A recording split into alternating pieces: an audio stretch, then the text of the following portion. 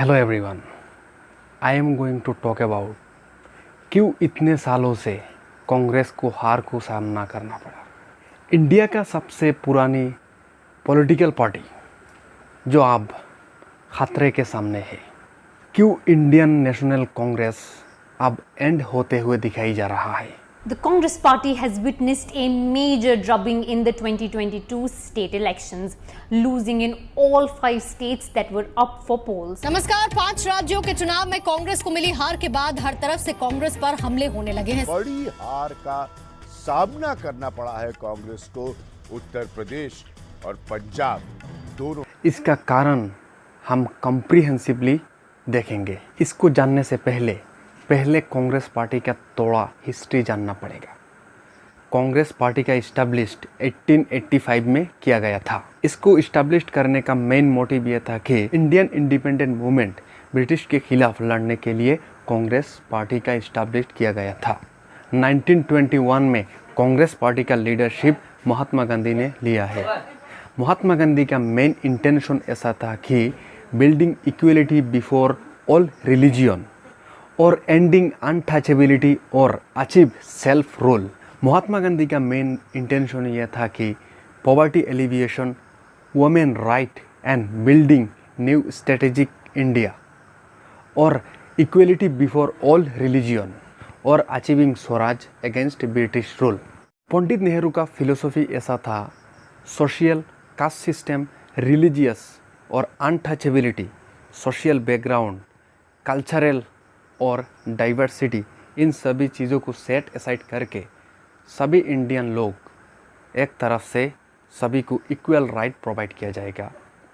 दूसरी तरफ इन्होंने ये कहना है कि अनजस्टिस, एक्सप्लॉयटेशन, इनह्यूमन प्रैक्टिस, इन सभी चीज़ों से बाहर निकल कर आना एक इम्पोर्टेंट मोटिव है। और इनका तीसरा इंटेंशन भी सोशलिज्म, कम्युनलिज्म और रिलीजियस फंडामेंटलिज्म, इन सभी चीज़ों से कैसे इंडिया को बाहर किया जा सके, इन सभी चीज़ों से डील किया जाएगा। इनका फिलोसफी ऐसा था कि right to equality before law, no discrimination on the grounds of caste, religious, race और सेक्स। मेन महत्वपूर्ण और इम्पोर्टेंट थिंग्स ये है कि कांग्रेस पार्टी का इम्पोर्टेंस क्या है देश के लिए। कांग्रेस पार्टी का इम्पोर्टेंस बहुत ज़रूरी है हमारे देश के लिए। इसका कारण ये है कि कांग्रेस का आइडियोलॉजी यूनिक और फेयर और इक्वली है। इसका मेन इंटेंशन ये है सेकुलरिज्म, सोशल जस्टिस और फॉरेन पॉलिसी। सेकुलरिज्म का सिंपल मतलब ये है कि equal treatment all religion by the state. मतलब स्टेट ने किसी भी रिलीजियन को एक इम्पोर्टेंस नहीं दे सकता है, सभी रिलीजन को इक्वली इम्पोर्टेंस देना होगा। सोशल जस्टिस क्यों कहा गया है? कांग्रेस ने काफ़ी कंट्रीब्यूशन किया है सोशियो और इकोनॉमिक रिफॉर्म में, बहुत सारे बदलाव लाया है कांग्रेस ने इकोनॉमिक सिचुएशन और सोशल रिफॉर्म, जिससे इंडिया की बहुत बड़ी कंट्रीब्यूशन है पास्ट के एरा में।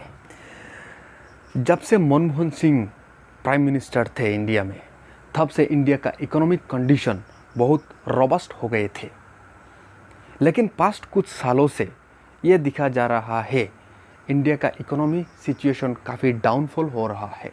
फॉरेन पॉलिसी का बहुत बड़ी कंट्रीब्यूशन है इंडिया में फॉरेन पॉलिसी का काफ़ी कंट्रीब्यूशन होने का मेन कारण ये है कि कांग्रेस की प्रोमिनेंट लीडर इन्होंने काफ़ी स्टेप उठाए थे फॉरेन पॉलिसी को लेकर।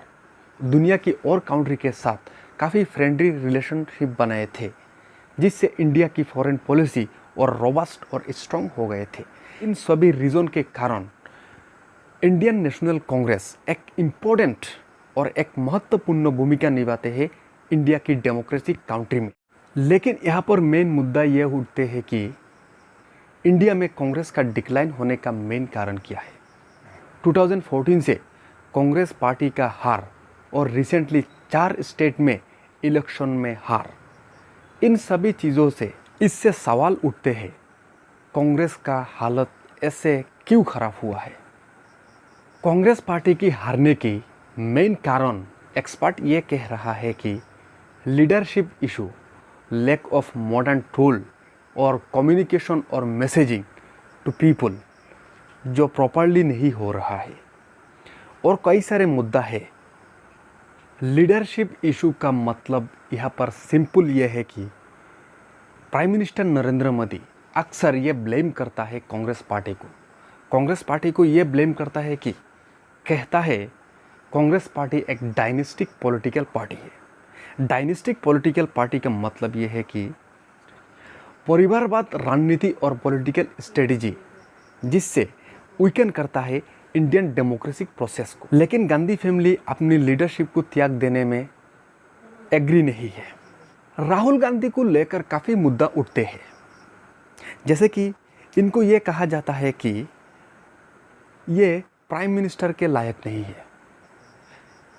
काफ़ी एक्सपर्ट ये क्यों कह रहा है, इसका कहने का मेन रीज़न ये है कि राहुल गांधी को पॉलिटिकल और एडमिनिस्ट्रेटिव सर्विस की कोई एक्सपीरियंस नहीं है और अपनी ईगरनेस और किननेस पॉलिटिकल सर्विस और पॉलिटिकल स्ट्रेटजी में नहीं है।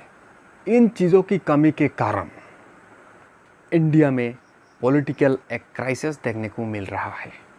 कम्युनिकेशन और मैसेजिंग ये एक महत्वपूर्ण टूल है। इसको काफ़ी गौर से देखना पड़ेगा। जैसे कि कम्युनिकेशन और मैसेजिंग लोगों को पहुंचाने के लिए काफ़ी सारे मेथड और काफ़ी सारे हार्डवर्क करना पड़ेगा।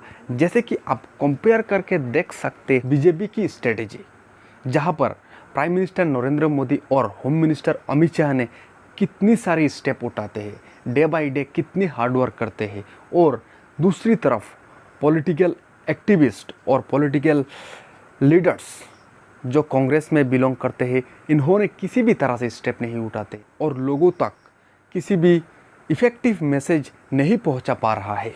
गवर्नमेंट के खिलाफ अच्छे से क्रिटिसाइज भी कर नहीं पा रहा है।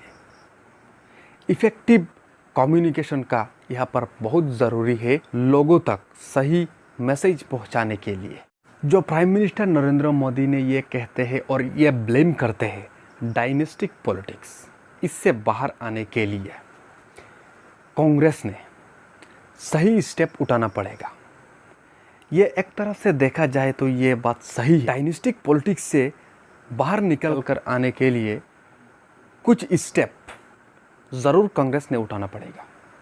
जैसे कि कई सारे एक्सपर्ट ने यह कह रहा है कि लीडरशिप डिसेंट्रलाइज करना चाहिए।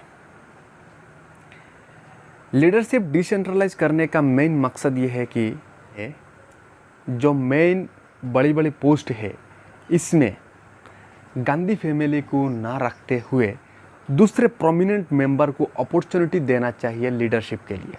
ये एक सिग्निफिकेंट पॉइंट है जिससे डायनेस्टिक पॉलिटिकल का जो मिथ है वो निकल जा सके। ये एक सिग्निफिकेंट पॉइंट है जिससे डायनेस्टिक पॉलिटिकल का जो मिथ है वो निकल जा सके। कंसल्टेशन, सभी प्रोमिनेंट मेंबर मिलकर ऐसा स्टेप उठाना चाहिए जिससे कांग्रेस एक रणनीतिक स्ट्रेटेजी करना चाहिए जिससे कांग्रेस को आगे ले जाने में हेल्प हो सकता है। तीसरा पॉइंट है एक्सेप्ट डिफीट एंड एनालाइज। जो रिसेंटली जो इलेक्शन में हार देखने को मिला है कांग्रेस को, इसको एक्सेप्ट करना चाहिए, क्योंकि डेमोक्रेसी में कुछ भी हो सकता है। कभी हार कभी जीत ये हो सकता है, ये इमिनेंट है, ये होना ही होना है। लेकिन यहाँ पर डिफीट को एक्सेप्ट करना पड़ेगा और डिफीट क्यों हुआ है इसको एनालाइज करना पड़ेगा। एनालाइज करना पड़ेगा मतलब ये है कि सभी प्रोमिनेंट मेंबर देखना पड़ेगा कि किस पॉइंट में वीकनेस दिखाई जा रहा है, कहाँ पर वीकनेस हो सकता है। इसको मिटाने के लिए, इसको हटाने के लिए सभी मेंबर मिलकर काम करना होगा और डिफीट को एक्सेप्ट करते हुए सभी मेंबर आगे बढ़ना होगा और सभी मेंबर मिलकर एनालाइज करना होगा कहाँ पर मिस्टेक, कहाँ किस मिस्टेक के कारण पार्टी को हार का सामना करना पड़ा। नंबर 4 पॉइंट है कि control and effective criticism. Control and effective criticism का मतलब ये है कि अभी पार्लियामेंट में बड़ी अपोजिशन पार्टी है कांग्रेस पार्टी।